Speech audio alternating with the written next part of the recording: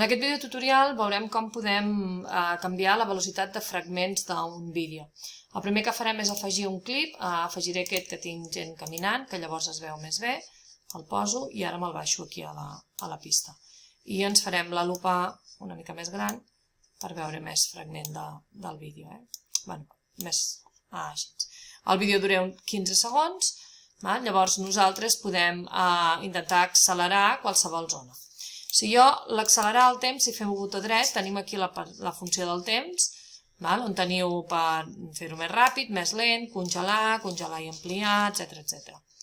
Llavors això s'aplica a tot el clip que tu tens.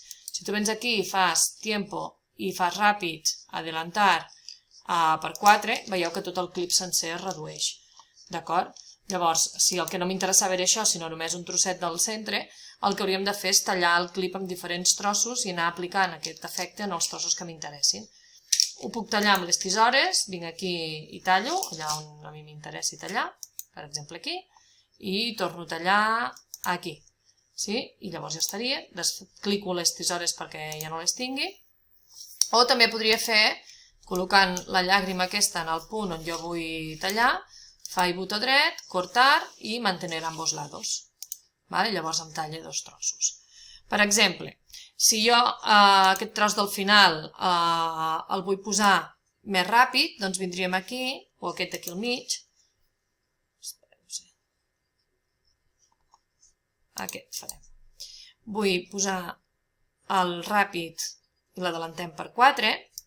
Clar, què passa? Que com que ara va ràpid, això ocupa menys espai, llavors em deixa tot aquest tros negre.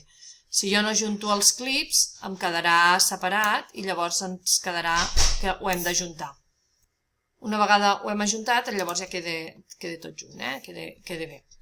Llavors, si el que faig és fer-ho més lent, si jo, per exemple, aquest fragment del vídeo el poso i el faig més lent, i el faig lent a per 4 també, què passa? Que ara dura més estona perquè va més lent.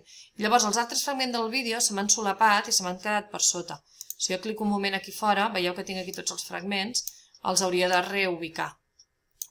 Així, i ara els tindria. Vigileu perquè si solapeu trossos de vídeo us crearà una transició. Si aquesta transició no la voleu és tan fàcil com suprimir-la amb el teclat, feu suprimir i ja està. Però sempre que se solapen dos vídeos genera aquesta cosa blava, que això és una transició que sempre podem eliminar i tornar a col·locar els vídeos. Us recomano que tingueu sempre activat aquest imant perquè llavors és més fàcil d'ajustar els inicis i els finals. Doncs si comprovem com ens ha quedat això, veiem que aquí van caminant normal, ara a partir d'aquí van caminant una miqueta més a poc, i quan acabi aquest, ara caminaran molt ràpid i després tornen a caminar normal. Doncs d'aquesta manera podem anar retocant els temps. Això permet fer més coses com congelar o alguna cosa d'aquestes. Si ho faig aquí i faig botó dret i tiempo i congelar, durant 2 segons, es congela, veieu, d'aquí fins aquí. Es congela des d'on tu tens el clip. Això no ho fa per tot el clip sencer. Per tant, què vol dir? Que quan em poso aquí, aquí estan caminant normal, ara se'm queda congelat i ara continuen caminant els 2 segons. D'acord? Llavors ja tindríem un vídeo amb diferents temps.